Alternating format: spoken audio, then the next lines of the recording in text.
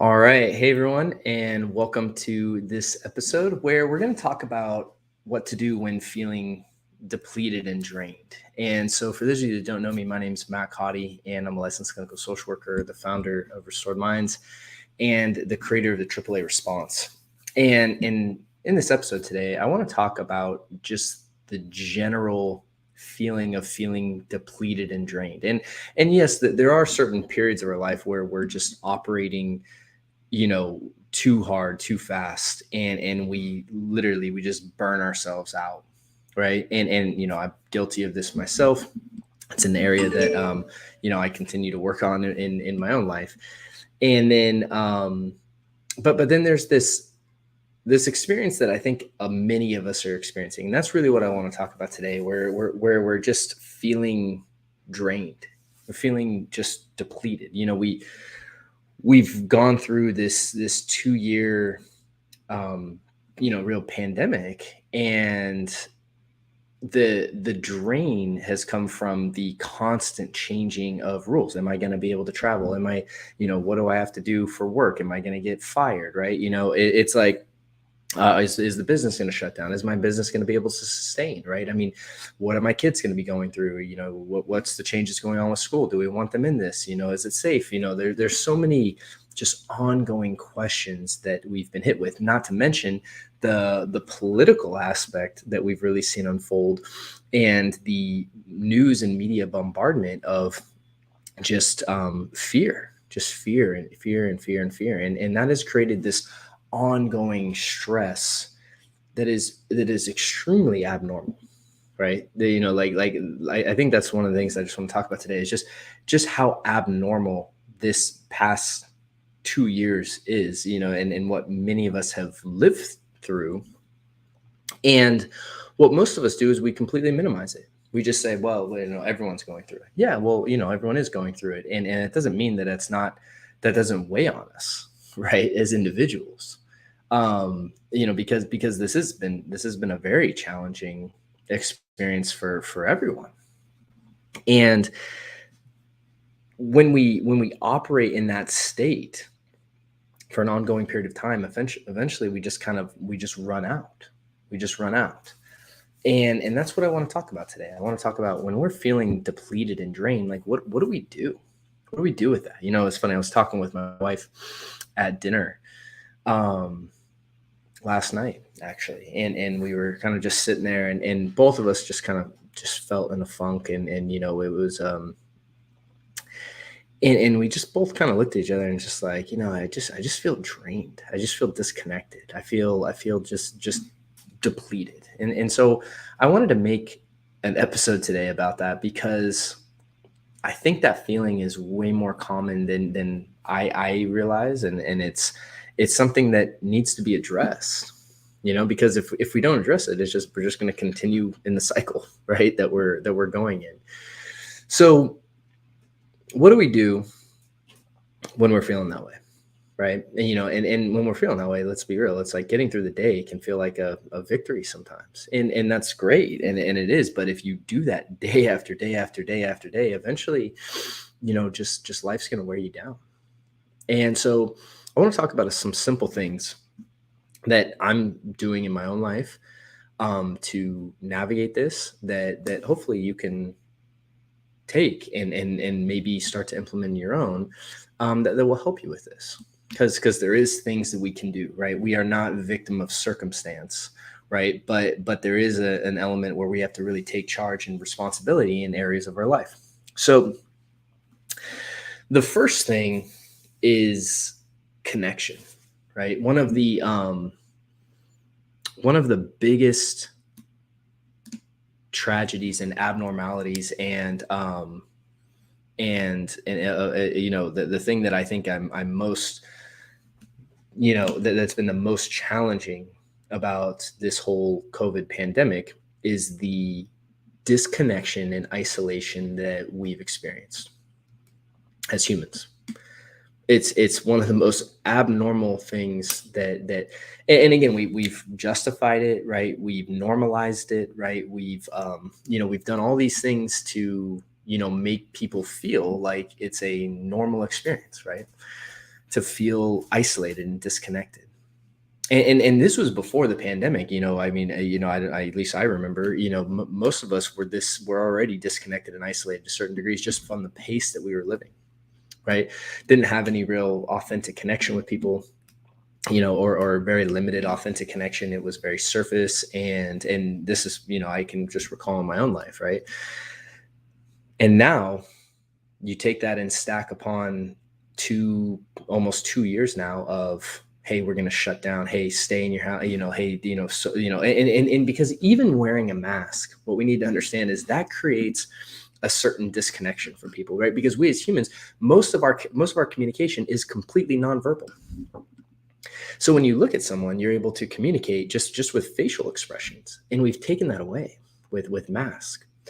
And with kids especially, it's like kids learn from watching your face, and they learn from mimicking, right? And we've done these things for a couple of years now, and never really stopped to think about, like, is this the best thing for us, on a long-term basis. And so, but the disconnection is the first thing that I want to talk about. And obviously, what to counteract, we need to establish connection, right? You need to do it responsibly, do it safely, of course. What feels, and one of the ways I would say to do that is what feels right internally. What feels right internally for you. So one of the things that my wife and I talked about was just saying, hey, every week we're going to commit to having dinner with some group of friends, right? Like another couple, like just a few friends. Once a week, we are going to have some kind of community gathering in person, and that's something that I think is so important that we have gotten out of the habit of. And when you don't have that connection, that drains you, right? And so having connection is critical. And I mean, and I'm going to go out and say, like, the idea of in-person connection, right? Face-to-face connection, right? Without a mask, like seeing someone, enjoying someone's smile, enjoying time and communication and connection with others. Like, that needs to be part of your regular diet. And most people don't think of that like a diet, but I mean, that feeds your soul. It feeds your spirit, and that is, like, when you talk about, feeling depleted and drained, right? Like most of us feel, it's in here, right? Our basic needs might be met. We might have food, shelter, water, right? All that. But when we're talking about feeling this depletion, right, internally, it needs to be, because a part of that is because the complete disconnection and isolation and lack of connection that many of us are experiencing. So one of the things that I'm doing for myself is saying, hey, look, I'm gonna commit to connection with people. And we do that in the ways that we feel is best, and I would encourage you to do the same, because that will be a big part of elevating your spirits, right, and filling your cup, right? You cannot operate on an empty cup. You cannot operate on fumes, right? You have to fill your cup up. Okay. And there might be certain people in your life that you want to see and that you need to see, and that's okay. Like, that's going to be a big part of the filling of the cup. The second thing is how, like setting aside time for yourself. And there's a few exercises and things that we can do during that time, right? So one of the things I did this year, and I've never done it before, is I blocked out 30 minutes on my calendar for meditation, reflective, and quiet time, right? Like that, like every morning, right? I said it when I get to my desk at 8:30, from 8:30 to 9, it's not going to be email. I'm not going to get involved in the day. I'm not going to go into the day. I'm going to take calculated time to have quiet time for myself, right? Like, that is something that I've decided I'm going to do this year. And I gotta say, it's been a week, and it's one of the greatest things. I'm so bummed that it's taken me this long to really commit to something like that. Because when it's on our calendar, we commit to it, right? If we say we're going to meditate, if we say we're going to take quiet time, if we say we're going to read or do something for ourselves, we always just put it off and we get lost in the day. At least that's me. So having that time where you can, really take your own time and give that to yourself, right? So good. And some of the things that I would recommend are, meditation or some kind of reflective period, right? Where you can just sit in stillness and in silence. And that's going to allow you, right, to really experience and notice what you're even experiencing inside. And then another thing is journaling. Journaling was used to be a big part of my life, right? And you know it's so funny because I just stopped doing it. I was just like, yeah, I'm good. I don't need to do that. Or, I would get caught up in doing something else and I would, justify not doing it. But the point is journaling, what journaling allows us to do is get what's going on in here in our minds out onto paper, right? And we don't have to carry it around. And journaling has been shown very evidence-based to reduce stress, to help you process emotion, right? And again, which stress and inflammation are one of the big leading factors of most disease that we experience as humans. Okay. So navigating, just simple meditation and quiet time and even prayer, right, as well as journaling and taking the time to get what's going on in here out on paper.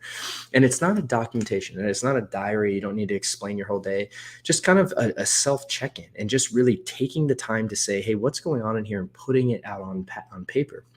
One of the things that does is it forces you to kind of encounter what's going on and actually put a name to it, to process it, right?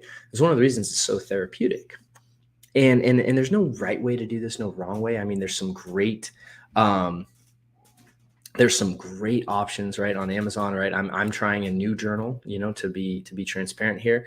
I'm going to be trying one here for the first quarter. And so these things can be simple things we can do, right? Blocking out a time, using that time for, reading something you want to read, meditating, prayer, right? Journaling, right? These simple things, right? That anyone can do. Okay. And it doesn't need to be fancy. You could buy a notebook and just journal in it. Okay. Whatever. But taking the time to give yourself that and gift it to yourself will help you fill back up that cup, right? Because you're taking that time to kind of deal with your stuff and actually process it and actually navigate it. And that's so important because, like I said, one of the things that we do, we get so caught up in the busyness, we dive right into our day. The first thing we do, we wake up and all of a sudden we're on our phones, we're checking the inbox, and all of a sudden we're lost in the chaos of the day. And for so many of us, the days just run us. And I'm guilty of this. So when we're talking about what to do when feeling depleted, the first thing is connection, connection. Many of us have had relationships that have been lost, damaged, neglected at the very best during this time, and reestablishing those and re-nurturing those relationships is an amazing thing. Now, sometimes that might just be a phone call.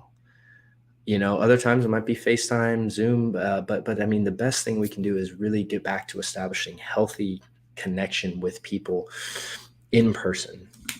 And I really think that that's going to be a big aspect of healing from what we've experienced. And when we talk about feeling depleted and run down, doing things to take care of ourselves is going to be a huge part of that as well. So obviously things like exercising, sleeping, right? Eating well. These are obviously things that we can do as well. Okay. I mean, taking care of ourselves. We, most of us, I know alcohol sales have been through the roof during this pandemic, right? And a lot of us have self-medicated in many different ways, whether it's through technology or whether it's through alcohol or other ways. Noticing the ways you're self-medicating, if you are.